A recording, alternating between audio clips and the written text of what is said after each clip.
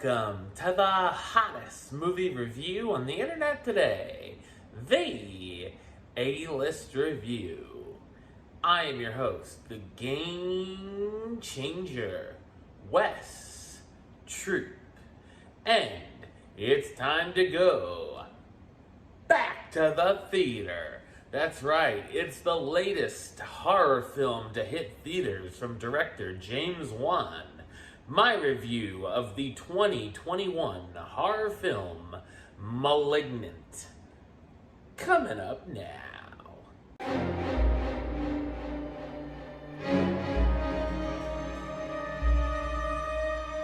Madison Lake, a pregnant woman living in Seattle whose marriage has become strained after a number of miscarriages, causing her husband Derek to become abusive. One night, Madison dreams of a man entering their home and killing Derek. When she awakes, she makes a terrifying discovery and finds that the killer is still in the house. Madison survives the encounter but continues to have visions of the killer and begins to realize that the murders are actually happening. So what did I think of Malignant? I thought it's a moderate horror film. It's directed by James Wan, who of course is known for directing popular horror movies such as The Conjuring 2, Saw, and Insidious, as well as Aquaman. Wan's filmography is very hit and miss with me personally, and I feel like this is one of his lesser efforts. There is some nice camera work and shots here and there, as well as some cool atmosphere to set the scene with Madison's eerie-looking house. The film has a number of creepy moments throughout, but I wouldn't say it's scary per se, and sometimes feels more like a thriller of the bizarre. It mixes a number of horror movie styles, from a possession flick to a slasher movie, and even body horror, but I felt like it didn't always mesh as well as it intended to. There are a couple of cheap jump scares and some that are effective, mostly due to the use of loud, awkward music cues and a whole lot of fake outs when you think the scare is coming, but it doesn't.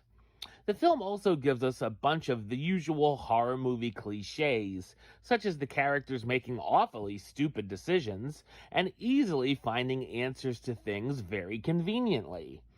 There's also one or two too many scenes of Madison seeing the visions of victims being killed, where it made me groan when another one would begin. The film also has a bit of trouble with its tone, as one minute it wants to be an over-the-top cheesy B-movie send-up, with things such as its goofy opening scene, but the next wants the audience to take the material seriously, with things such as spousal abuse and miscarriages. There are a few great kill scenes and a surprising amount of action thrown in. It's also very violent, gory, and bloody, which is fun. Most of the laughs I got were unintentional at a few scenes that were supposed to be scary, or it's horrific dialogue, and not the intended lame comedy thrown in. There's a comedy relief character who is just downright awful. The story does keep you trying to figure out what's going on as we find out more about secrets from Madison's past, meet her family and friends, wonder who certain parties who randomly show up are, and see how certain things connect to her. I did enjoy the twist, and the crazy reveal does make sense, but I feel it will be a very divisive twist that not all audiences will buy into. I feel like the reveal gives the film no real rewatchability, though, as it's very cut and dry with what was really going on, and explains everything outright, and once you see it once, there's no need to again. The film also goes on way too long, clocking in at almost 2 hours. Other than Madison, the characters are very one-note and even cartoonish, or at least bland cookie-cutter characters. Mixed performances from the cast, starring Annabelle Wallis as Madison Lake, the Seattle woman who's been seeing visions of grisly murders, Madison Hassan as Sydney Lake, Maddie's sister who works as a princess at a kids' entertainment venue, and George Young and Nicole Brianna White as Kikoa Shaw and Regina Moss, the pair of detectives trying to put the pieces together.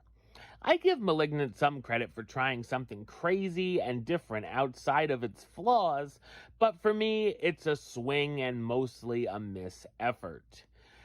I'm going to give Malignant the number score of 4 out of 10, which gives it the A-list rating of meh.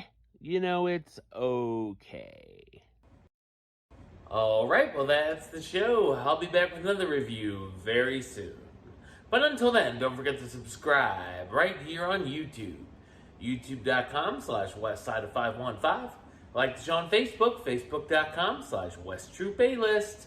And of course, you can follow me on the Twitter and the Instagram at WestAList. Until next time, Troop out.